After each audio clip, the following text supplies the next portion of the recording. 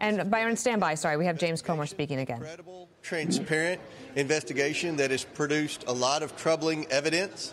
We have lots of questions. Hopefully you all have had an opportunity to go in the committee room and see the boxes of documents that we've accumulated, tens of thousands of pages of documents.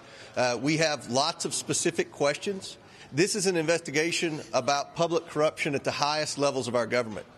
The American people expect Congress to investigate this because I think one thing that Chairman Jordan's proven is the FBI, the DOJ, and the IRS, as we've heard from the whistleblowers, have all dropped the ball.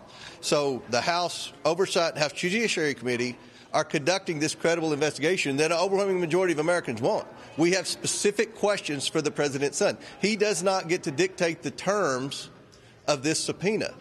So with that, I'll turn over to Chairman Jordan. I would just point out that I've had a chance now to review what Hunter Biden said in his press conference, and I think he made an interesting statement. He said his father was not financially involved in the business. And I think that qualifier, the word financially, is important because, once again, it shows another change in this story. First, it was no involvement. Then, no, I never talked to anyone. And then we find out about the dinners, the meetings, the phone calls, and everything else. Now it's he wasn't involved in the business financially. I think that is important. It's one of the reasons we want to talk to Hunter Biden. Second thing I would say is this. In a few hours, I think the House of Representatives is going to pass the impeachment inquiry. And that is an important step. If you talk to any scholars in this, I think we could proceed as we did under Speaker McCarthy where he announced it. But this is an important step. The impeachment power resides solely with the House of Representatives. If a majority of the House now says we're in an official impeachment inquiry as part of our constitutional duty to do oversight, that carries weight. That's going to help us get these witnesses in. And maybe most importantly, regarding this morning's activities, this is the argument that the White House and Hunter Biden's counsel used to say he shouldn't come. Okay. We disagree. We thought he should have been here. But when we take that vote this afternoon, what's our argument going to be then? We think he should come in. And if he doesn't, we're going to move forward with contempt proceedings. There's a process we have to follow, but we plan to do that. Had Hunter Biden come in today and answered 3-4 hours of questions, do you think some Republicans would have backed off on the inquiry tonight, possibly, or were you guys hell-bent going forward no matter what with this inquiry? No, they're not going to hold back because we've requested thousands of emails that they still will not turn over.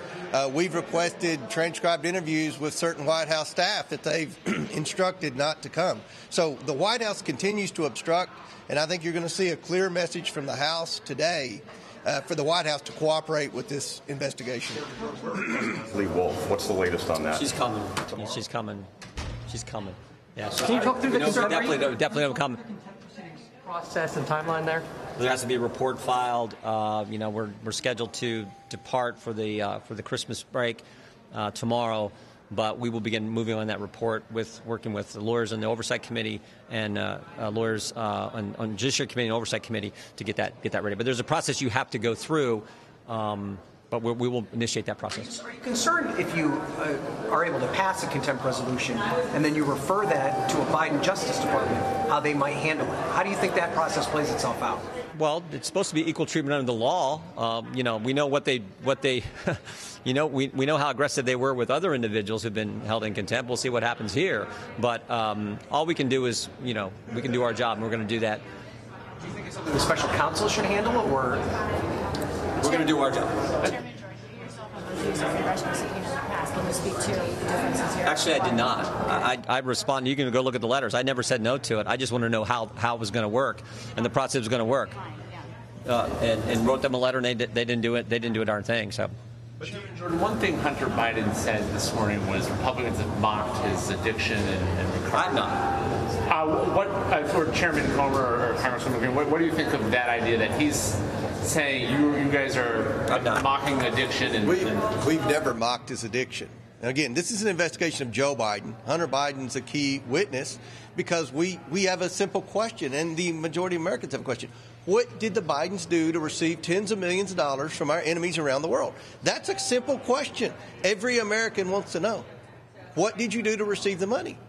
And we also want to know what role Joe played because, quite frankly, it's hard for me to believe, I'll speak for myself, that all these oligarchs and the Chinese Communist Party were wiring Hunter Biden millions of dollars because they liked him, because he added value to something.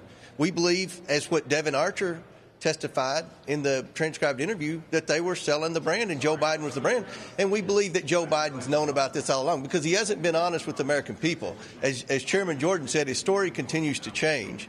In the very beginning, when we launched this investigation, Joe Biden said he never met with any of these individuals. Now we know he met with all of these individuals. The narrative when we started this investigation was that no money ever transferred to the Bidens while Joe Biden was vice president. Now we know a huge percentage of the money transferred while Joe Biden was vice president. The majority of the shell companies were incorporated while Joe Biden was vice president. So we have a lot of questions about some very concerning transfers. That's why we have the thousands of pages of bank records. We've been very transparent with the media. This has been, I think, the most transparent political or congressional investigation since I've been in Congress for 7 years. We've produced 4 bank memorandums with specific bank statements. I mean, this is a concern. This is about public corruption at the highest levels. And, you know, the president's son does not get to set the rules. I mean, he's had a pretty good run with the Department of Justice, with the IRS, and with the FBI. But these 2 committees are going to hold firm. We have taken steps to go by the book in this investigation. Now we're in the phase where we do the depositions. And, you know, what he did today is unacceptable. Some Republicans I talked to in the committee say they do that. The evidence is already there. They feel like they've seen enough to actually file articles of impeachment. But you two, Chairman, do you feel like you've seen enough now? I've said all along, I think the evidence is compelling, but we still need to talk to Mr. Schwerin, Mr. Walker, Mr. Bob Alinsky, Kevin Morris, Jim Biden, Hunter Biden. We need to talk to the 2 individuals who are part of Blue Star Strategies, Sally Painter and Ms. Tramontano. So those are people we need to talk to. We think with the vote this afternoon, we get those individuals in a more timely fashion, and we get the documents we want. And I would still go back to this. 1 hour ago, I think the biggest takeaway was the statement from Mr. Biden where he said, my father was not financially involved in the business. That is a huge change, which means he's involved.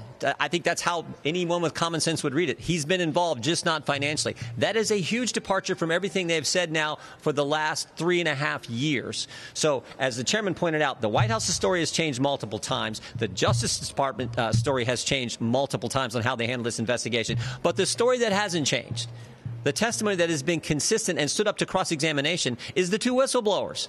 Their story has not changed, and frankly, it's been buttressed and reinforced by we've done 8 different depositions of people involved in the investigation at the Justice Department, the Hunter Biden investigation, and none of them have refuted what those guys say. So over time, it just keeps changing from the White House. And this statement today, I think, is the biggest news of the morning, I guess, along with the fact that he didn't show up, which he's supposed to do. Thank you all very much. We got to go. One, Jim Biden. Have you guys... So let's go ahead and dissect that point. I'm Steve Doocy. I'm Brian Kilmeade. And I'm Ainsley Earhart. And click here to subscribe to the Fox News YouTube page to catch our hottest interviews and most compelling analysis.